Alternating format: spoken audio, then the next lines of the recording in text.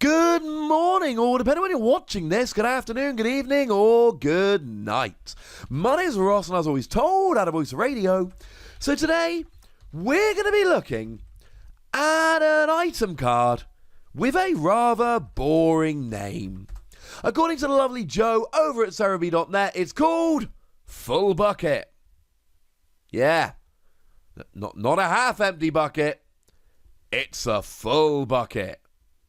I mean, to be fair, it's clearly in the water, so literally anything would be. But that's not the point, right? It's a nice little item card that is going to really work in water decks. Like, really work in water decks. Yesterday, I showed you Turffield Stadium and told you how good it was in grass decks because it's amazing with netball. This works with water tricks as well. But what does it do? Well, according to the lovely Joe, you search your deck for up to 2 water energy cards, reveal them, and put them into your hand. It's Professor's Letter! Professor's Letter is back! But only for water decks. And if you want to know straight off the bat why this is a good card that deserves your attention and is almost certainly going to see play, honestly, that's like as good a reason as any. Simple as that. Professor's Letter saw play. Why wouldn't this? But another reason this is going to be really good and see play, it's better than the alternatives we have at the moment. For a long time we had Energy Search, and that I believe is getting a reprint in Sword and Shield. But really at the moment we've got Energy Spinner, which makes Energy Search completely irrelevant. Energy Spinner lets you search your deck for a basic energy card. But if it is your first turn of the game and you go second, you get to search for 3 basic energy cards. So on average, 1 turn every 2 games you play, Energy Spinner will be better in water decks. The thing I find kind of amusing, and maybe I just spend too long looking at Pokemon cards, I love that Energy Spinner actually has a water symbol on there. That is the energy that they are spinning, and yet that is now basically the only type of deck that is not going to play Energy Spinner. It's almost like they hadn't planned this in advance. But you get to search for 2 water energy, and that is good. Yeah, we got Viridian Forest at the moment. Great stadium card. Discard a card from your hand, search for a basic energy. It's alright, but it's a stadium, and you got to discard, and you only get 1. The only card we really have, which is almost on a level with this, is your fire tricks like Fiery Flint and Giant Half. But again, Giant Half's a stadium, and makes you discard a card from your hand, though it does search for 2 fire energy. And Fiery Flint may search for 4 fire energy, but you've got to discard 2 cards from your hand in order to actually use it. Having said that, Viridian Forest sees a lot of play, Giant Half sees a lot of play, Fiery Flint sees a lot of play, Energy Spinner sees a fair amount of play, Professor's Letter used to see a fair amount of play. All of these cards, which are fairly similar to this, have seen play and proven to be good, so I see no reason why this wouldn't prove to be good and therefore see a whole bunch of play. But one of the awesome things about this is it is uniquely there. It's uniquely good in water decks. Now, clearly what happened on the Japanese website yesterday was they revealed the Pokemon VMAX of the first partner Pokemon, including Inteleon, and then they revealed 1 trainer card that essentially helped the same type as said Pokemon. So this was clearly in there for Inteleon. Oh, we've revealed Inteleon VMAX, nice new water Pokemon. I'll pop a link to that video in the description, check it out. Let's chuck in a trainer card while we're here as well. You search for 2 water energy. Now, the less obvious thing here is Crash Awake. This is actually really good with Crash Awake. Crash Awake is a supporter card whereby you discard 2 water energy from your hand and then search your deck for up to 2 cards, put them in your hand and shuffle your deck. It's really good for consistency. So essentially what you do here is you play Full Bucket, still weirded out that that's a real thing. You get your 2 water energy, but then you discard them with Crash Awake and get any 2 cards you like. And yeah, you're essentially swapping 2 cards for 2 cards, but I mean, this is something like Rare Candy in a Stage 2. And if you really want the pro move, you can go for Rare Candy and the Inteleon from Sword and Shield, the one that lets you search for any 2 trainer cards, so then you've got your Stage 2 up and rolling, and you get to get another 2 trainer cards as well, if you want to go a bit meta. But clearly here, the best use for this is Frosmoth. Frosmoth is already becoming a really good deck over in Japan. It's already one of the best decks out there, and I don't see any reason why it would change.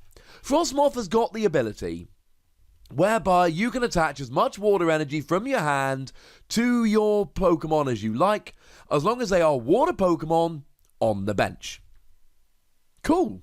But actually, because you're a water Pokemon, we're not bound by that. We got Quagsire. Quagsire lets us move all our water energy to the active. So, okay, you can only attach water energy to bench water Pokemon using Frosmoth. But if you've got a Quagsire on the bench, just attach them all to Quagsire and then move them to whatever is in the active. So if you want something like a Cramorant V, for instance, it's got the amazing attack that lets you, well, for free colorless energy, you discard all your energy, but then you do 160 damage to one of your opponent's Pokemon. Great for taking out stuff like Dedenne on the bench. And that isn't possible with Frosmoth. You cannot just attach to Cramorant, but you can attach to Quagsire, then move the energy to Cramorant, and to be honest, you then don't need to keep getting it onto the bench, etc. So argument, it's actually a little bit better running it that way. My point is, Frosmoth lets you attach as much water energy from your hand as you like, and this is wonderful, because you search for the 2 energy, and then you can attach them straight away. Now, you can do a similar thing with something like Welder, except with Welder, you attach 2 energy, draw 3 cards, and then you can attach for the turn. With Full Bucket, using Frosmoth, you can attach as many as you like. So if you evolve up Inteleon, you can then search for 2 Full Buckets, and then that gets you 4 energy, and then you can attach those 4 energy, and all of a sudden you've just got 4 energy rolling. You could, in theory, play 8 energy in one turn, just playing 4 Full Buckets, and you could search for others. I mean, if you really just want to search energy, the gold standard is Lady, and Lady does see a little bit of play, and we see it teched in as like a one-of into Frosmoth decks. Lady lets you search your deck for 4 basic energy cards and put them into your hand. But that's your once per turn supporter. And the fact of the matter is, I believe at least, we're moving into just about the most consistent era of the Pokemon trading card game we've had since Diamond and Pearl, when we had all of those Claydol and Uxie decks. Well, we're getting there again. I mean, we've got that new Chinchino that looks really good, which has Zoroark's ability, but as a stage 1 non-GX. We've got your Zeb Striker that lets you discard your hand and draw 4 cards once during your turn. We've got Pidgeotto that lets you look at the top 2 cards of your deck, put one in your hand and the other one on the bottom of your deck. We've got a whole bunch of ways to draw cards. We've got a consistent game right now, and of course everyone's still playing Dedenne. Plus you got stuff like Inteleon, etc. So you're going to draw into these cards a little bit more easily. If you're playing a regular water deck, I still think this is a no-brainer. I mean, if you're not playing Frosmoth, you're probably playing Naganadel Quagsire.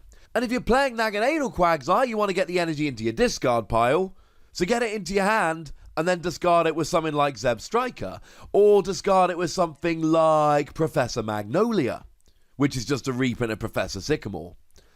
And all of a sudden here, we are making a deck that is going to work. I absolutely love it. Maybe if you're playing those water decks that use red and blue to evolve up a GX and then Quagsire to move the energy over, maybe those ones won't use it. But I think outside of that, Frosmoth decks are going to love it. Anything playing Crash Awake is going to love it. And you're still getting energy out your deck. You're still getting your energy. And it's up to anyway, so use it like an energy spinner. This is phenomenal in water decks, and I'm giving it 4 Wassies, but honestly that's a little bit low. It could well end up being a full-on staple in water decks. But it's a weird kind of card, right? Because outside of water decks, it's garbage. No one's playing this outside of a water deck. Why would anyone play this outside of a water deck? The answer is you wouldn't. What's the point? But in a water deck, it's phenomenal. It's absolutely phenomenal. But I'd like to know your thoughts on this. Would you just prefer a reprint of Professor's Letter? Or do you think this is going to be a really good card that is going to absolutely earn its place in the metagame? Go nuts in the comment section, but please remember the rules. Be nice, would ya? And then make sure you like this video, subscribe to this channel, follow me on Twitter at the Wassy, and Twitch for some live action at twitch.tv/PTCGRadio. If you want to support the channel, get some bonus podcasts and all that, head on over to patreon.com/PTCGRadio, where you can do exactly that. And please do make sure you're checking out youtube.com/WassyPlays, where we talk about a whole bunch of games that don't have Pokemon in, but are absolutely awesome. But by far the most important thing, as always, look after yourselves till next time, would ya? Thank you very much for watching. My name's Ross, and you've been watching PTCG Radio.